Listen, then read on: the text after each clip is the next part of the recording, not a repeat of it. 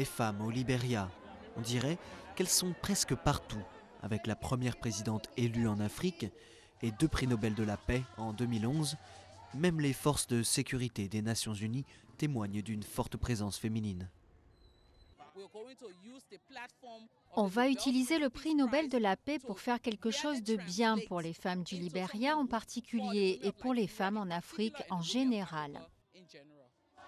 Pourtant, le Libéria revient de loin, de très loin. Pendant la guerre civile qui a ravagé le pays pendant 14 ans, le viol était monnaie courante, utilisé comme une arme par les soldats des 2 camps.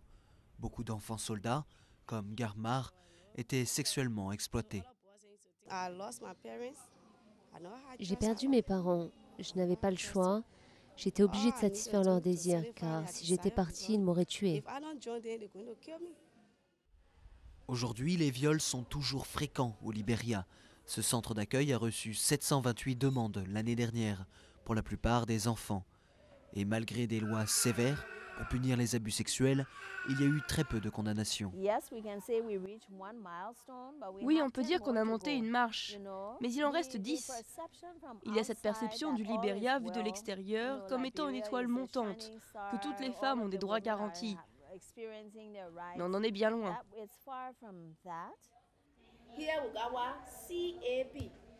La seule amélioration tangible, c'est que ces enfants victimes de viols reçoivent désormais l'éducation dont ils ont été privés par la guerre, et peut-être les outils pour tourner la page.